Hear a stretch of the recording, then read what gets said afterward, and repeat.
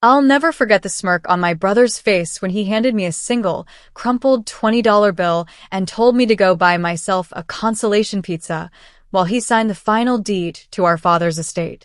It was the kind of look a man gives a stray dog he's just kicked off his porch. Half pity, half disgust. Dad knew you couldn't handle real responsibility, Marlo, Julian said, his voice as cold and sharp as the Maine winter wind howling outside the window. He didn't even look up from the heavy oak desk as he straightened his designer silk tie. He left the house, the savings, and the construction business to me. You get the memories. Try not to spend them all in one place. Now be a good kid and don't make a scene. It's embarrassing for both of us.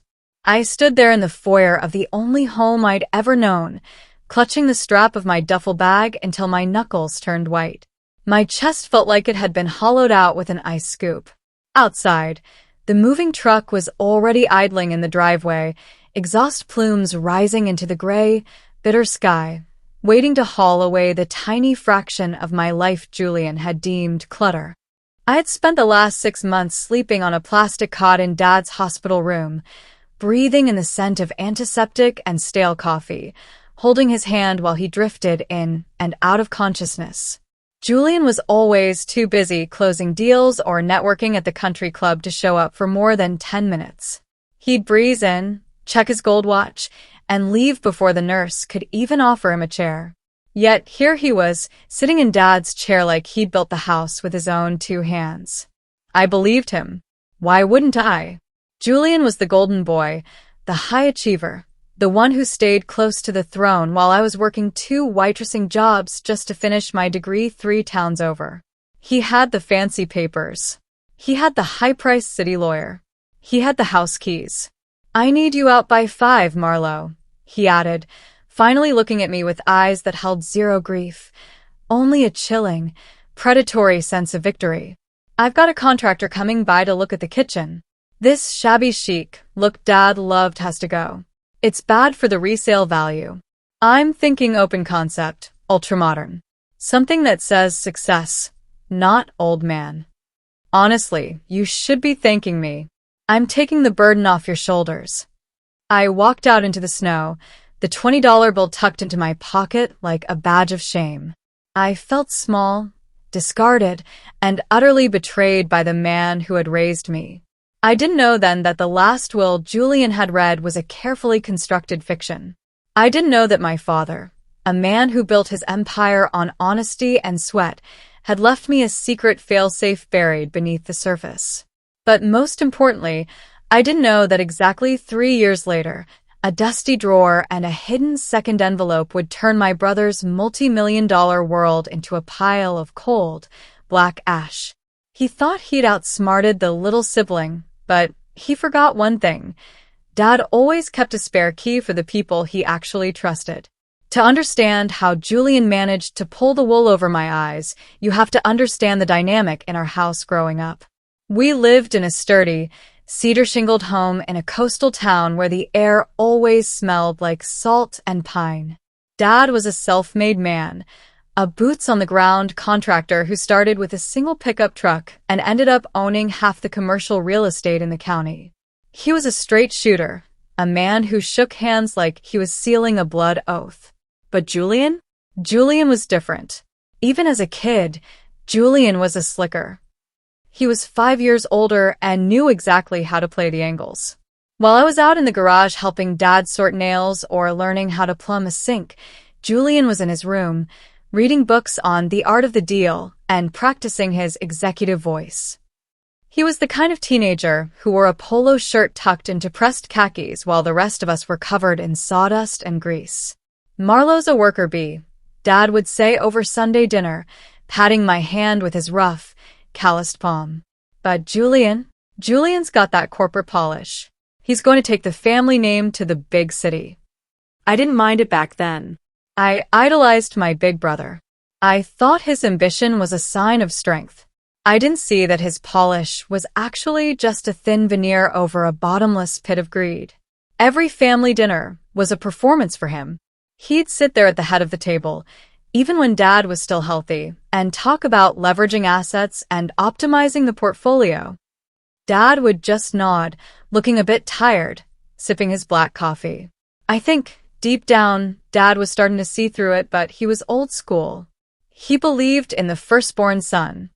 He believed in the hierarchy. There was one night, maybe 2 years before Dad got sick, that should have been my warning light. We were sitting on the porch, watching the fireflies, and Julian was complaining about how Dad was stuck in the mud for refusing to sell a plot of land to a big box retailer. "It's sentimental garbage, Marlo," Julian hissed, leaning in so Dad wouldn't hear through the screen door.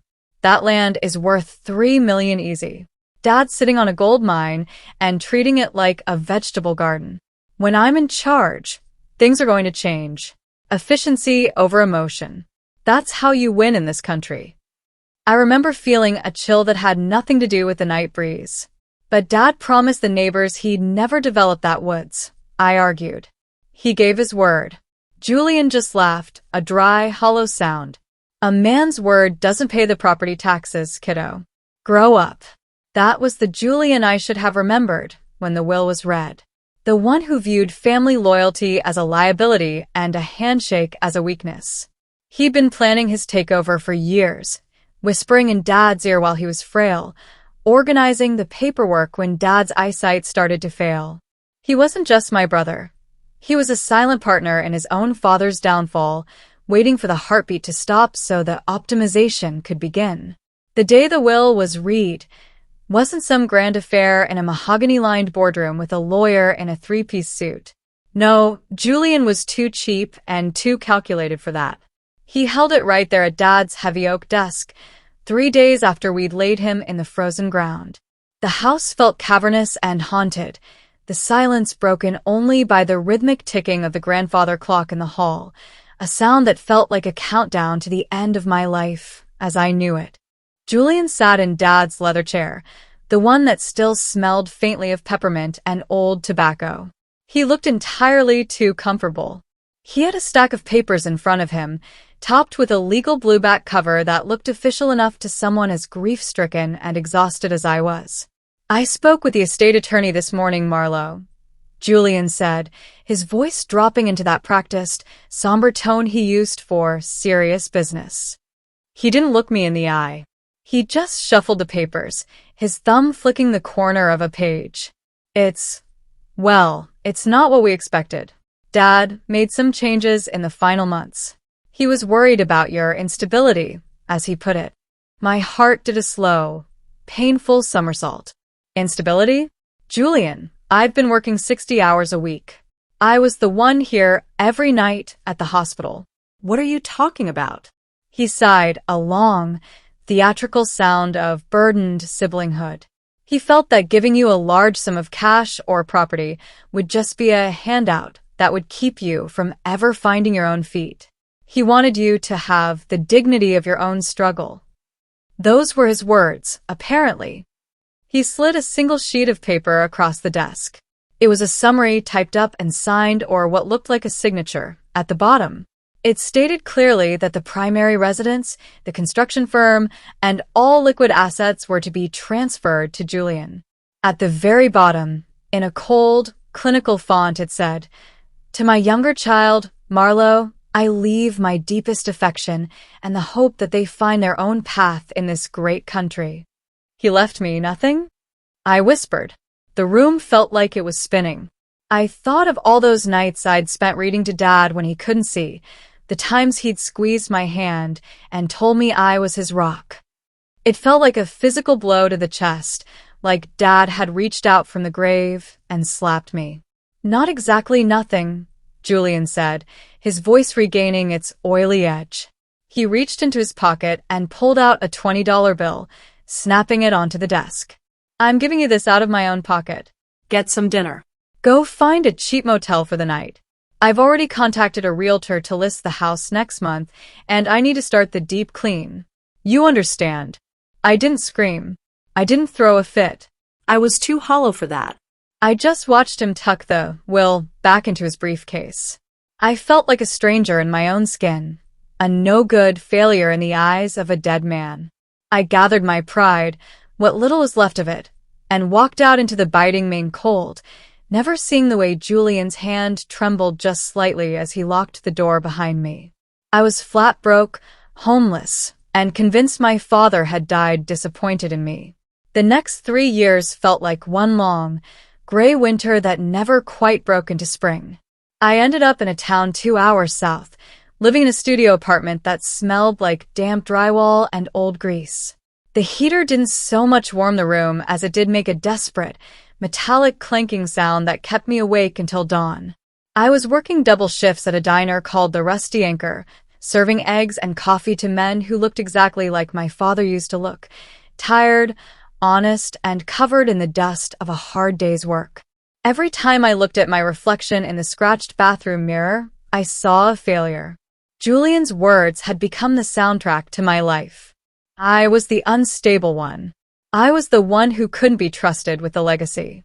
I stayed flat broke, barely scraping together enough for rent and my mounting student loans. There were nights I'd sit on my sagging mattress and eat a bowl of generic cereal for dinner, wondering how a man could spend 30 years loving a child only to cut them off with a typed sentence at the end. While I was counting pennies for the laundromat, I couldn't help but see Julian's face everywhere. He wasn't just living, he was flaunting. He'd become a local celebrity in our hometown, the visionary who had modernized Dad's old school company. I'd see him in the digital pages of the county business journal, wearing suits that cost more than my car, standing in front of the new glass and steel office building he'd built over Dad's old workshop. He'd traded Dad's reliable, mud-caked Ford F-150 for a sleek, silver Porsche that looked like a spaceship parked in our old driveway. He posted photos from high-end steakhouses in Portland, clinking glasses of scotch with city politicians, always with some caption about the grind, or upholding the family tradition. It was a lie, and I knew it was a lie, but in this country, money talks and the poor just listen. I tried to call him once, about a year in. My car's transmission had blown, and I was looking at a $2,000 repair I didn't have. I swallowed my pride, which was already pretty chewed up, and dialed his number. "Julian, it's Marlo," I said, my voice shaking. "Look, I'm in a real bind. The car is shot, and I can't get to work. I was wondering if you could just advance me a little from the estate? Anything." There was a long silence on the other end, the kind of silence that feels like a wall.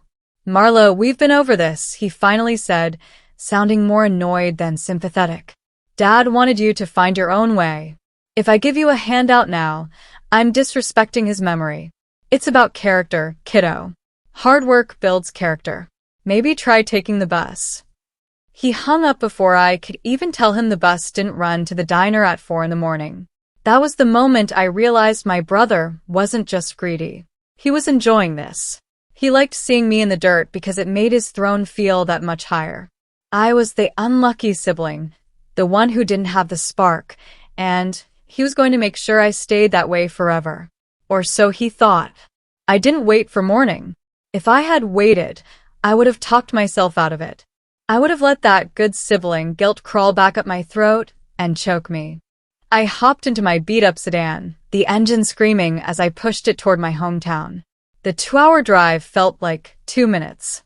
My mind was a fever dream of every time Julian had looked down his nose at me, every time he'd called me unstable while he sat in a house that didn't belong to him. I reached the old neighborhood around midnight. The house, Dad's house, was glowing like a polished jewel on the hill. Julian had installed these high-end, blue-tinted floodlights that made the place look like a museum instead of a home. I parked a street over and walked through the tree line, the damp Maine air clinging to my skin. I knew Julian was away at some fancy developers conference in Chicago. He'd been bragging about it on the local news, talking about expanding the family legacy. The garage was detached, a sturdy cedar building that Julian hadn't bothered to touch because it didn't fit his ultra-modern vision. I used the spare key I'd kept hidden inside a rusted-out birdhouse near the woodpile for 3 years. The lock groaned, resisting at first, then clicked open with a sound that felt like a gunshot in the quiet night. The smell hit me first, sawdust, motor oil, and that faint hint of the peppermint Dad used to chew to keep his breath fresh. It was the smell of safety. And there, pushed into a dark corner under a heavy, dust-caked tarp, was the roll-top desk. Julian had piled old paint cans and discarded shabby decor on top of it. He treated it like a graveyard for things that weren't shiny enough for his new life. I cleared the junk off, my breath coming in ragged hitches. I started pulling out the drawers, dumping out old receipts and rusted paper clips. Empty. I checked the secret compartment behind the stamp tray. Nothing but a few dried-up pens. My heart started to sink. Maybe Barney was wrong. Maybe I was just a desperate, no-good kid looking for a miracle that wasn't coming. Come on, Dad, I whispered, slamming a drawer shut in frustration. You never did anything halfway. Where is it? The force of the slam caused a small, wooden panel at the very back of the footwell to rattle. I dropped to my knees, my jeans soaking up the cold oil from the concrete floor. I felt around the base of the desk until my fingers caught on a recessed notch. It wasn't a drawer, it was a false bottom, a dead man switch Bill's dad had shown me when I was 10, back when he told me a real man always keeps his best card up his sleeve. I pried it up, and my heart stopped. There it was, a thick, cream-colored envelope, sealed with heavy blue wax. It hadn't been touched in 3 years. On the front, in Dad's steady, blue-collar cursive, it said, "For Marlo, to be opened only when your brother thinks he has everything." I ripped it open with trembling hands. Inside wasn't just money. It was a secondary will, notarized by Mr. Whitaker, and a handwritten letter that felt like a ghost touching my shoulder. "Marlo," the letter began, "if you are reading this, it means Julian didn't give you the first envelope I left with him. I knew my son. I knew his greed was a sickness he couldn't cure. I gave him a fake will to hold, one that gave him everything, just to see if he'd do right by his own blood. If you're holding this, he failed the test. The papers in this envelope prove that the construction company and the main house were never his to keep. I placed them in a blind trust that only triggers if he tried to disinherit you. You don't just own half, Marlo. Because of his fraud, you own it all." I slumped against the cold concrete floor, the letter clutched to my chest, sobbing so hard I couldn't catch my breath. I wasn't crying because I was rich. I was crying because Dad hadn't abandoned me. He had been protecting me from the grave, waiting for Julian to trap himself in his own web of lies. Julian thought he'd won. He thought he was the king of the mountain. But he didn't realize that the mountain was about to come crashing down on his head.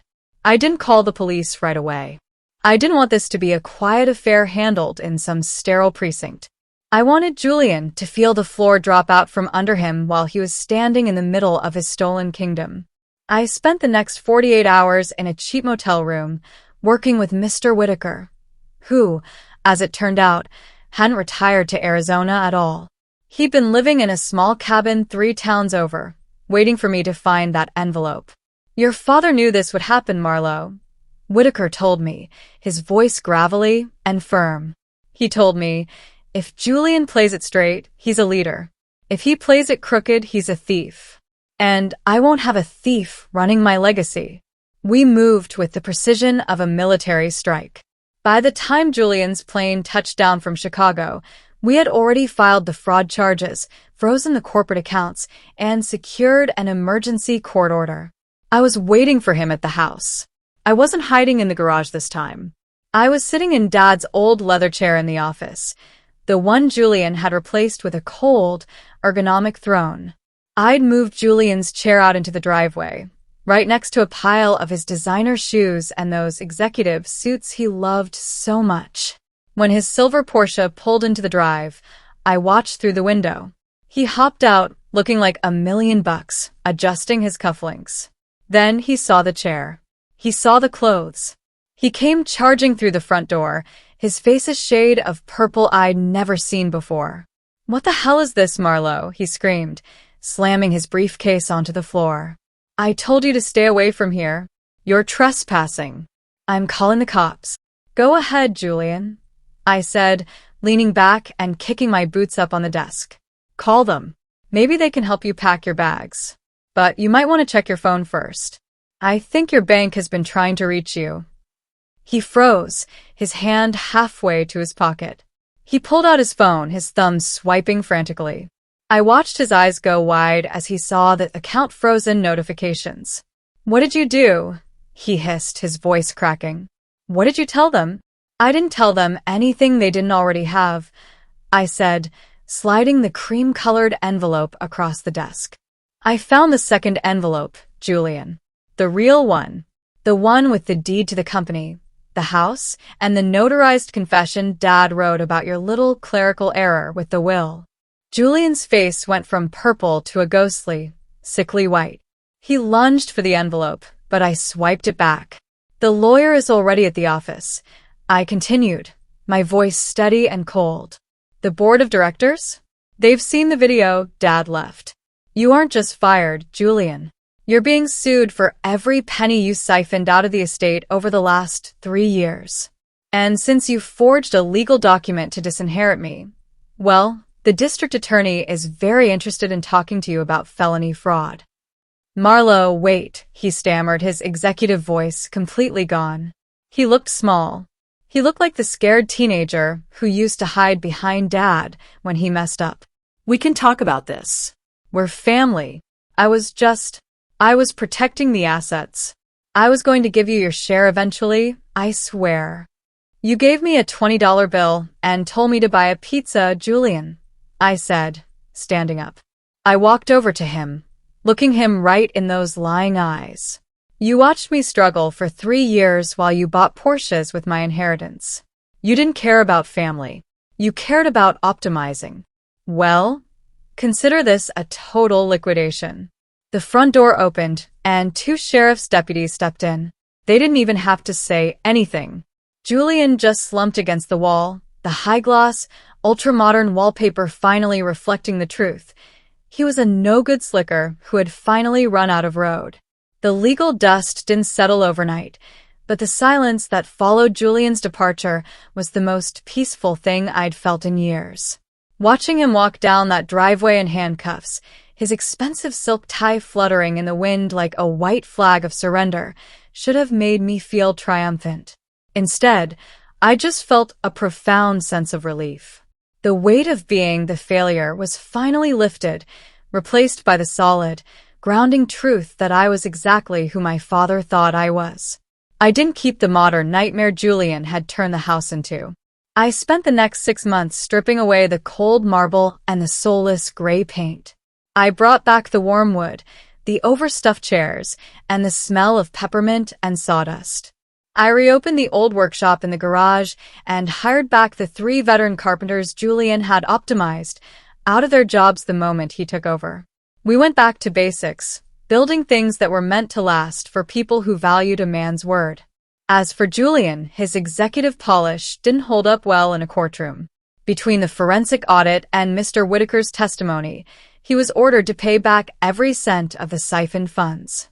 He avoided a long prison sentence by signing over his remaining personal assets and agreeing to a decade of probation. Last I heard, he was working as a junior clerk for a used car lot out in the Midwest, living in a studio apartment that probably smells a lot like the one I spent 3 years in. I don't hate him anymore. Hate takes too much energy, and I have a business to run. One evening, after a long day at the firm, I drove out to the old cemetery. The main sunset was painting the sky in bruises of purple and gold. I sat by Dad's headstone, a simple piece of granite that didn't need any fancy titles to look important. I pulled out a $20 bill from my pocket, the same one Julian had thrown at me 3 years ago. I'd kept it as a reminder of what greed looks like. I found it, Dad, I whispered, the wind catching my words and carrying them over the hills. I found the second envelope. And I found myself, too. I tucked the bill into the dirt near the base of the stone, a small payment for a lesson that cost me 3 years of my life, but gave me back my soul. In this country, they tell you that the person with the most money wins. But they're wrong. The person who can look at themselves in the mirror and see a man of their word, that's the one who truly inherits the earth. I walked back to my truck, the old Ford F-150 I'd bought back from the impound lot. It was covered in mud and smelled like work, and as I turned the key, the engine roared to life with a steady, honest beat. I wasn't just surviving anymore. I was building. Julian told me I was left with nothing, but he forgot that a father's love isn't an asset you can liquidate. It's a foundation that can never be torn down. The weeks following the confrontation were a whirlwind of depositions, discovery motions, and the slow, agonizing unmasking of Julian's clerical empire. It turned out that the $20 bill he'd tossed at me wasn't just an insult. It was a calculated move to establish that I had accepted a settlement. But Julian had underestimated one thing: the digital footprint of a man who thinks he's untouchable. Mr. Whitaker and I spent 16 hours a day in a cramped office, surrounded by stacks of bank statements and old emails. We found this smoking gun in a deleted folder on the company's main server. Julian had sent an email to Miller, that shark lawyer from the city, 6 months before Dad died. The subject line read, "Restructuring the inevitable." In that email, Julian explicitly asked how to sidestep a secondary trust without triggering an immediate audit. He'd been planning to erase me while I was still spoon-feeding Dad broth in the hospital. Seeing those words on the screen made my blood run colder than a Maine winter. It wasn't just greed. It was premeditated emotional warfare. "He didn't just want the money, Mr. Whitaker," I said, rubbing my eyes as the clock hit midnight. "He wanted me to be small. He wanted to prove that Dad was wrong about me." Whitaker looked over his spectacles, his expression grim. In this country, some people think that being the smartest guy in the room means you get to rewrite the rules of a house. But Julian forgot that the house has a way of fighting back. By the time we presented this second envelope evidence to the probate judge, the city lawyer, Miller, had already turned on Julian to save his own license. The betrayal was complete. The man who valued efficiency over emotion was being dismantled by the very people he'd hired to protect his lies. While the lawyers fought in the city, I went back to the house to start the physical restoration. This wasn't just about renovation, it was about an exorcism. I rented a heavy-duty dumpster and parked it right in the driveway, where Julian's Porsche used to sit. One by one, I tossed out the sterile, ultra-modern relics of his 3-year reign. The $5,000 Italian marble coffee table that you couldn't put a drink on? Shattered. The minimalist gray curtains that blocked out the sunrise? Ripped down. I found a secret stash of Dad's old things in the basement, hidden behind a false wall of drywall, his collection of vintage levels, his favorite flannel shirts, and a photo of us at the lake that Julian had labeled as clutter. I spent my afternoons sanding down the oak floors until my shoulders burned and my lungs were full of dust. I wanted to reach the wood that Dad had walked on. I wanted to feel the foundation again. The neighbors started coming by, people Julian had barred from the property. Mrs. Higgins from down the lane brought over a peach cobbler, her eyes misty as she looked at the open garage. "It sounds like a home again, Marlowe," she said, her voice trembling. "Your father would be so proud to hear the sound of a hammer instead of a lawyer's briefcase." I realized then that success in the USA isn't about how much glass and steel you can pile up. It's about the community you build around your work. Julian had built a fortress of solitude. I was rebuilding a home for the neighborhood. Now, as I sit in this office, the real office, with the roll-top desk and the smell of cedar, I look at the 33,000 square foot warehouse we just broke ground on. We aren't just a local outfit anymore. We're building affordable housing for veterans, a project Dad always dreamed of, but never had the capital to pull off. I still have that $20 bill framed on the wall. It's not there to remind me of Julian's cruelty. It's there to remind me that the value of a person isn't determined by what they're given, but by what they refuse to lose. Julian's name has been scrubbed from the firm, but his ghost remains as a warning. Every time I sign a contract, I think of that second envelope. I think of the man who took a test and failed it because he couldn't see past his own reflection. The sun is setting over the Atlantic now, casting long, golden shadows across the workshop floor. I can hear the guys laughing as they pack up their tools, the sound of honest labor marking the end of the day. I'm not the unstable one anymore. I'm the one who stayed. I'm the one who remembered that you can't build a skyscraper on a swamp of lies. My brother said Dad left me nothing. He was wrong. Dad left me the truth, and the truth is the only inheritance that never runs out.